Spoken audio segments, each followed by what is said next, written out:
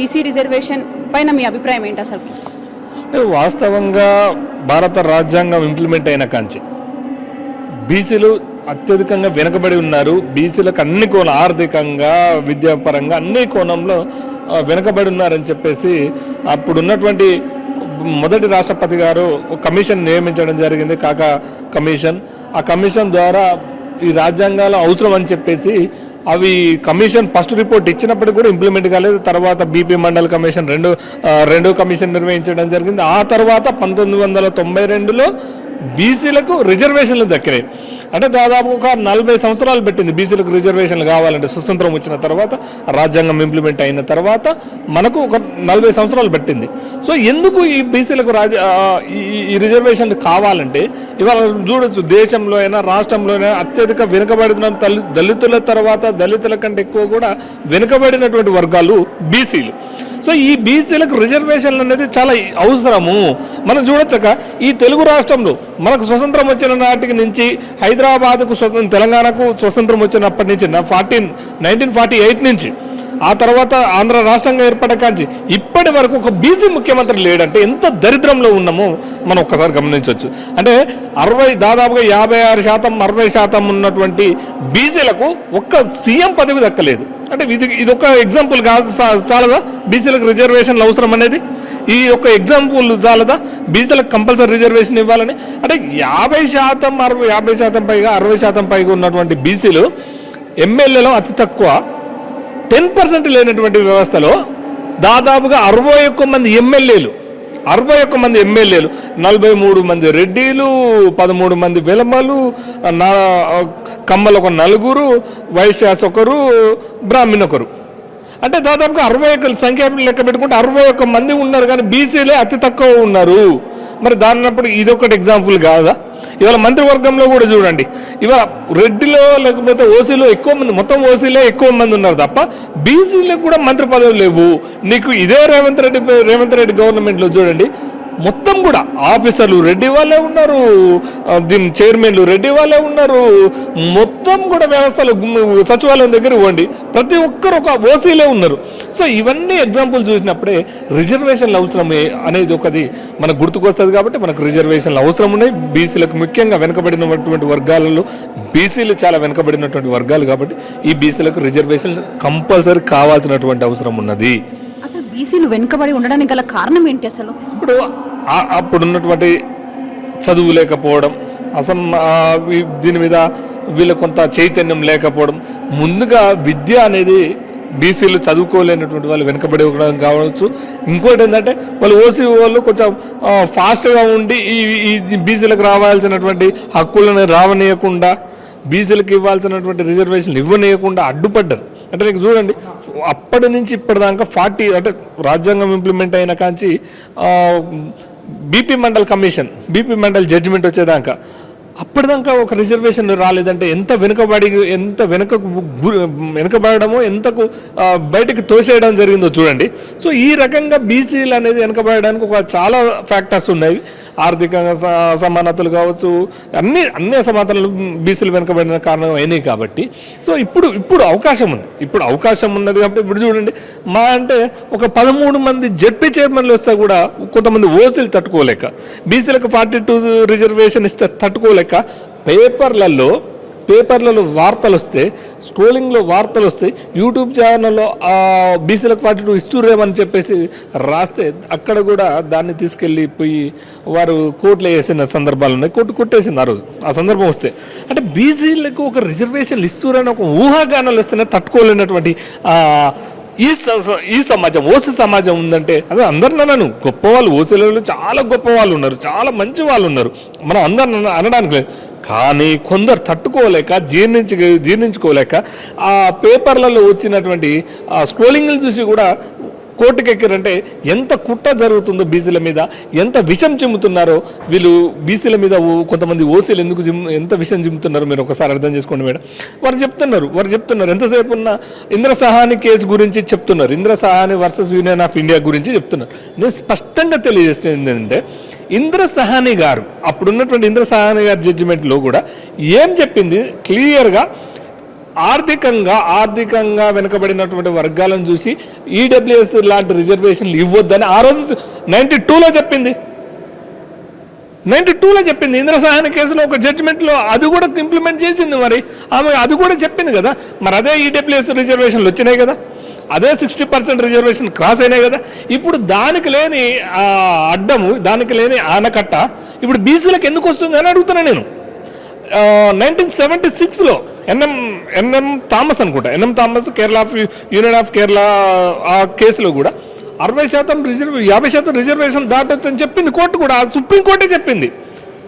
So ఆ కోర్టులు కూడా డిఫరెంట్ మ్యాజిస్ట్రేట్లు ఉన్నప్పుడు డిఫరెంట్ ఆలోచనలతో చెప్పడం జరిగింది. ఇప్పుడు 2019లో ఇదే ధర్మాసనం 5 బెంచెస్ ధర్మాసనం అద్భుతంగా చెప్పింది. ఈడబ్ల్యూఎస్ని సమర్థిస్తున్నాం, 60% దాటడంలో తప్పేం లేదు, ఆర్థికంగా వెనుకబడిన వర్గాలకు ఎకనామికల్ బ్యాక్వర్డ్ క్లాసెస్కి రిజర్వేషన్లు ఇవ్వచ్చు అని చెప్పింది కదా. అంటే అక్కడ 60% దాటింది కదా, మరి ఇక్కడ ఎందుకు దాటొద్దు? ఇక ఇక్కడ మనల్ని క్వశ్చన్ చేసుకోవాలి. కొంతమంది ఏమంటారు బీసీలకు మేము వ్యతిరేకంగా, మేము రిజర్వేషన్లను 50% దాటుతూనే వ్యతిరేకం అంటారు. ఎక్కడ కూడా 50%, 60%, 70% దాటొద్దని భారత రాజ్యాంగం లేదు. భారత రాజ్యాంగాన్ని కాపాడాల్సినటువంటి బాధ్యత పార్లమెంటుకి, రాష్ట్రపతికి, సుప్రీంకోర్టుకు ఉంటుంది. కాబట్టి సుప్రీంకోర్టు కొన్ని కేసులలో పరిస్థితిని బట్టి అక్కడున్న పరిస్థితిని బట్టి దానికి ఒక సీలింగ్ పెట్టింది. సుప్రీంకోర్టు క్రాస్ చేసింది.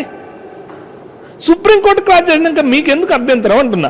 సో ఇప్పుడు రేవంత్ రెడ్డి గారు ఏంటంటే అసలు ఈ రిజర్వేషన్లు కాపాడకుండా, ఈ రిజర్వేషన్ ఇంప్లిమెంట్ చేయకుండా రేవంత్ రెడ్డి గారు డ్రామాలేసి ఎవరో మాధవరెడ్డి గారితో కేసు వేయించి రేవంత్ రెడ్డి గారే డ్రామాలు ఆడుతున్నట్టుంది. ఎందుకు చెప్తున్నట్టే పరిస్థితులను బట్టి 9th షెడ్యూల్లో చేర్చుకునే అవకాశం ఉన్నప్పుడు ఈ రాష్ట్రంలో కూడా రిజర్వేషన్ ఇంప్లిమెంట్ చేసే టైంలో వాళ్ళకు రాష్ట్ర ప్రభుత్వానికి కూడా అధికారాలు ఉంటాయి. అధికారాలు ఉన్నప్పుడు వాళ్ళు ఏం చేయాలి, ఖచ్చితంగా ఒక నిర్దిష్టమైనటువంటి కొన్ని పాలసీలు పాటించాలి. వాళ్ళు ఇక్కడ చూడండి, బీసీ డెడికేటెడ్ కమిషన్ వేసినప్పుడు కులగణన చేసినప్పుడు వాళ్ళు తీసుకువచ్చి పబ్లిక్ డొమైన్లో పెట్టాలి కదా. మీకు ఏ కులానికి ఎంత ఉన్నది రిజర్వేషన్, ఏ కులంలో ఎంతమంది ఉన్నారు, ఎక్కడ చెప్పాలి కదా. అవేం పబ్లిక్ డొమైన్లో పెట్టలేదు, ట్రిపుల్ టెస్ట్ నిర్వహించలేదు. ఇవన్నీ నిర్వహించకుండా రేవంత్ రెడ్డి మేము కులగణన చేసినా ఏం చేసుకుంటాం? నీ జైలు పెట్టుకొని తిరగడానికి ఆ కులగణన? ఏ కులం ఎంత ఉన్నదో, ఎవరు ఎంతమంది ఉన్నారో, ఎంత ఉన్నదో నువ్వు పబ్లిక్లో డొమైన్లో పెడితే అక్కడ ఏమన్నా ఫిర్యాదులు వస్తే ఆ ఫిర్యాదులు తీసుకొని నువ్వు ఆ ప్రాబ్లం సాల్వ్ చేయాలి. ఇవన్నీ కోర్టుకు చెప్పాలి కదా. నువ్వు ఇవన్నీ చెప్పకుండా నేను ఏదో 42 రిజర్వేషన్ చేస్తున్నా, నేను చేసిన కోర్టులు అడ్డుకుంటున్నాయి అనే డ్రామాలు ఆడుకోవడం కోసం, బీసీలను మోసం చేయడం కోసం, ఇవన్నీ నాటకాలు ఆడడం కోసం రేవంత్ రెడ్డి చేస్తున్నావు. ఒకవేళ నీకు చిత్తశుద్ధి ఉంటే నువ్వెందుకు బీసీలని అత్యధికంగా మంత్రివర్గంలో తీసుకోలేకపోయినావు? బీసీలను తీసుకోవాల్సిందే కదా.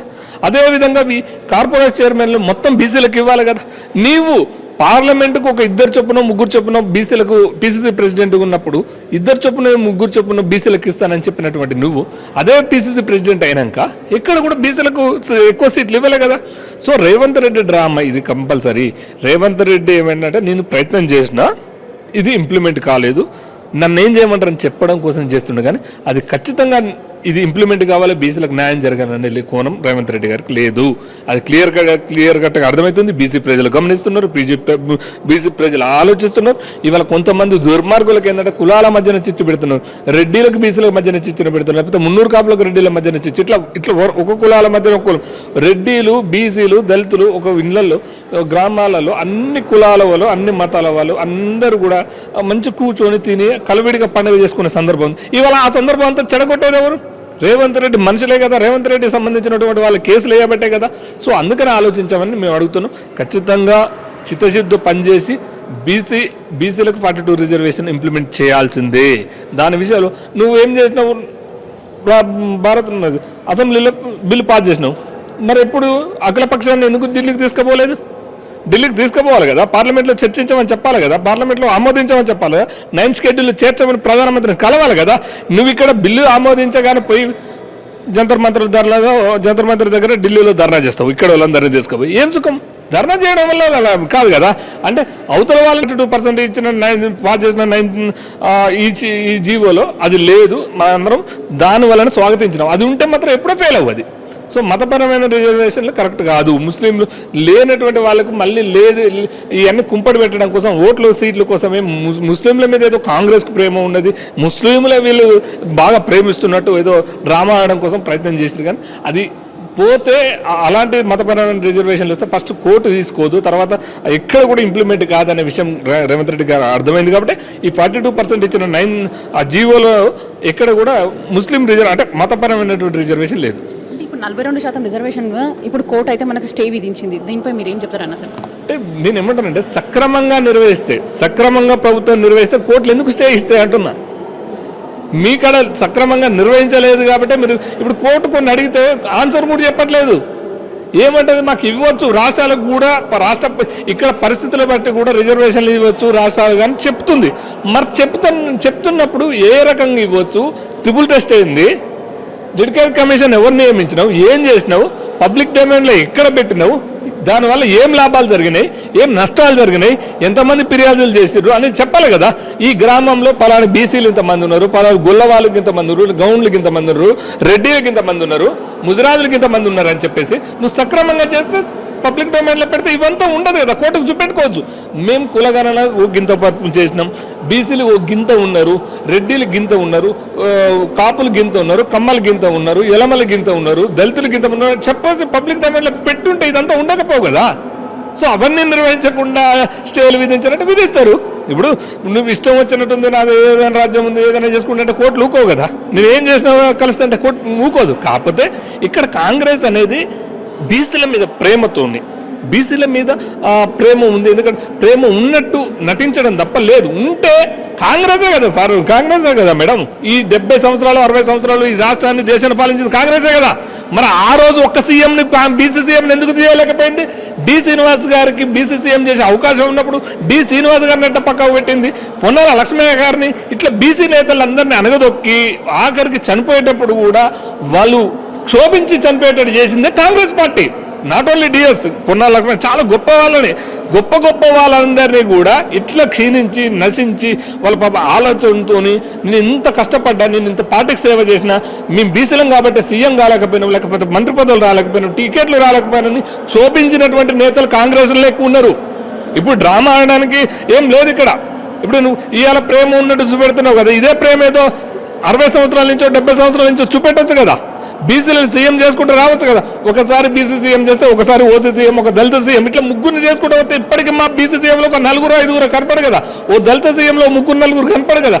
ఒక్కరు కనపడకుండా ఉందంటే ఈ కాంగ్రెసే కదా మోసం. దొంగ కాంగ్రెస్, లంగ కాంగ్రెస్, ఏమైనా నాటకాలు ఆడే కాంగ్రెస్ ఇది. ఇప్పటికి చూడు మంత్రివర్గంలో ఇప్పటికి తీసుకోవాలి నువ్వు బీసీలకు, బీసీల స్థానం ఎంత, రేట్ల స్థానం ఎంత, బీసీల ఎంతమందిని తీసుకున్నావు, కార్పొరేషన్లు ఎంతమందిని తీసుకో ఏమైనా డ్రామాలు వేసి బీసీల మీద ప్రేమ ఉన్నది, బీసీల మీద మమకారం ఉన్నది చూపెట్టుకోవడం తప్ప ఎక్కడ బీసీల మీద వీళ్ళకి ప్రేమ లేదు, రాదు కూడా. జూబ్లీ హిల్స్ ఉప ఎన్నికలు అయితే రాబోతున్నాయి. మరి ఇప్పుడు ఈసారి జూబ్లీ హిల్స్ ఉప ఎన్నికల్లో మరి ఏ పార్టీ గెలిచే అవకాశం ఉందని అనుకుంటున్నారన్న? నేనైతే బీజేపీ అంటున్నా. బీజేపీ, భారతీయ జనతా పార్టీ 100% గెలిచే అవకాశాలు ఉంటాయి. ఎందుకంటే ఇప్పుడు మనం చూడొచ్చు, బీఆర్ఎస్ కోటేస్తే ఏమవుతుంది, బీఆర్ఎస్ సెంట్రల్లో లేదు, స్టేట్లో లేదు, ఏం చేయాలి వాళ్ళు, గుడిగిరి పనులు తోలితే వాళ్ళతో అయ్యేది లేదు. ఇప్పుడు కాంగ్రెస్ ప్రభుత్వమే ఉంది, ఏం చేస్తుంది, 6 గ్యారెంటీలు ఇంప్లిమెంట్ చేసిందా? మనం అందరం చెప్పిన మహిళలకు 2500 3000 ఇస్తానని, ప్రతి నెల ఇస్తానని ఇచ్చిందా? 6 గ్యారెంటీలు ఒక్కటని ఇంప్లిమెంట్ చేస్తుందా? 1-2 ఇంద్రమ్మ ఇళ్ళ పథకం, అది సెంట్రల్ గవర్నమెంట్ ఇచ్చే డబ్బులు, ఫ్రీ బస్ అని ఒకటి, దానివల్ల ఎంతవరకు యూజ్ అవుతున్నాయి? సో కాంగ్రెస్ అనేది ఒక డౌన్ఫాల్, కాంగ్రెస్ వల్ల చేతగంతనం. కాంగ్రెస్ అనేది ఈ ప్రజల్ని ఓట్ల కోసం, సీఎం పదం కోసమే డ్రామాలు ఆడింది తప్ప ఉరినమ్మ ఈ కేసీఆర్ ఇంటి మీద వాలిన కాకి మా ఇంటి మీద వాలొద్దని చెప్పిన రేవంత్ రెడ్డి కాంగ్రెస్ అధికారం రాగానే కేసీఆర్ మనుషులందరినీ జాయిన్ చేసుకోలేదా? సో ఇప్పుడు కూడా అంత కాంగ్రెస్ గెలిచిన లాభం లేదు. ఇప్పుడు ఏమైనా ప్రశ్నించి ఈ ఇంప్లిమెంట్, ఈ 6 గ్యారెంటీలు కావచ్చు, విద్యార్థులకు ఉద్యోగాలు కావచ్చు, ప్రతి ఒక్కటి కూడా రావాలంటే మాత్రం బీజేపీని గెలిపించాల్సినటువంటి అవసరం ఉంటుంది అంటున్నా. అంటే కాంగ్రెస్ అభ్యర్థి అయిన నవీన్ యాదవ్ గారు ఎట్లయినా గెలుస్తారని వాళ్ళు పక్కా చెప్తున్నారు. వాళ్ళ అభ్యర్థి వాళ్ళకి గెలుస్తాను కామన్ చెప్తారు కదా అక్క. నీ అభ్యర్థి ఉంటే నువ్వు కూడా గెలుస్తానని చెప్తాం కదా, కామన్ కదా. జనాలు చెప్పాలి కదా, జనాలు ఓట్లు వేయాలి కదా. ఎవరు అభ్యర్థి వాళ్ళకి గెలుస్తారని పోతారు, ఎలక్షన్ అంటే గెలుస్తారని పోవాలి కదా. ఇప్పుడు మేమే ఓడిపోతామంటే డిపాజిట్ కూడా రాదు కదా. సో వాళ్ళ అభ్యర్థి మంచోడు కావచ్చు, నవీన్ యాదవ్ గారికి మంచోళ్ళు, ఆయనకు మంచి ఇమేజ్ ఉండొచ్చు కాక, కానీ ప్రజలల్లో జనాలలో ఇంప్లిమెంటేషన్ కావాలి కదా. Congress policy state wide policy మొత్తం కూడా ఫెయిల్యూర్. నువ్వు చూడొచ్చు అక్కడ మూసీ విలువలో మూసీ పక్కన పేదవాళ్ళ గుడిచెలను కూలగొట్టిండు. బంగ్లాలు కట్టుకొని 1000 కోట్లు ఉన్న వాళ్ళని కనీసం టచ్ చేయలేకపోయింది రేవంత్ రెడ్డి. అంటే ఎంత డిఫరెన్స్ ఉంది చూడండి, ఎంత వేరియేషన్ ఉంది ఇద్దరి మధ్యన. ఉన్నవాడేమో ఉండాలి, లేనివాడు ఉత్త గుడిసెలు వేసుకుని కూల్చేసినటువంటి చరిత్ర రేవంత్ రెడ్డి గారికి ఉన్నది. సో ఈ రకంగా లేనోడిని లేకుండానే చేసి ఉన్నోడిని లేపినటువంటి చరిత్ర రేవంత్ రెడ్డి గారికి ఉన్నది. కాబట్టి సరే వాళ్ళ అభ్యర్థి గెలుస్తాడు, ఇంకొక ఆయన గెలుస్తాడు అని కాంగ్రెస్ చెప్పొచ్చు కాక, ఫైనల్గా మాత్రం నాకు తెలిసి కాంగ్రెస్ ఓడిపోతుంది. బీఆర్ఎస్ని గెలిపించిన లాభం ఉండదు. సెంటిమెంటల్గా వాళ్ళు బీఆర్ఎస్ వాళ్ళు ఏంటంటే ఏదో సెంటిమెంటల్ లాగాలని సెంటిమెంటల్ ఏదో చేయాలని చూస్తున్నారు. కానీ నాకు తెలిసి వాళ్ళది కూడా ఫెయిల్యూరే. ఎందుకంటే ఇప్పుడు వీళ్ళని గెలిపించినా మళ్ళీ కాంగ్రెస్లో పోతారు కదా, ఆల్రెడీ కొంతమంది పోయినారు కదా, రేపు అందరూ కూడా పోయే అవకాశం ఉన్నది కదా, మరి ఏమి యూజ్ ఉంది? సో అందుకనే బీజేపీ గెలుస్తుందని నేను అంటున్నా. అంటే బీజేపీ నుంచి అభ్యర్థిగా లంకల దీపక్ రెడ్డి గారు అయితే ఈరోజు నియమించారు. మరి ఎట్లా అనిపిస్తుంది, మీకు ఎలా అనిపిస్తుంది? మంచిదే కదా. అంటే అభ్యర్థి విషయంలో పార్టీ నిర్ణయం తీసుకుంటుంది. పార్టీ ఒకరితో నడిచే కాదు పార్టీ. అది పార్టీ అక్కడ ఏం రికమెండ్ చేస్తుంది, పార్టీ ఏం ఐడెంటిఫై చేస్తుంది, పార్టీ ఏం చేసినా కూడా వాళ్ళు చేసుకొని ఐడెంటిఫికేషన్ చేసుకొని చేస్తారు. సో ఆ రోజు బీజేపీ ఉన్నటువంటి ఒక కమిటీ నియమించింది. బీజేపీ కమిటీ ప్రకారమే అభ్యర్థిని ప్రకటించారని నేను అనుకుంటున్నాను.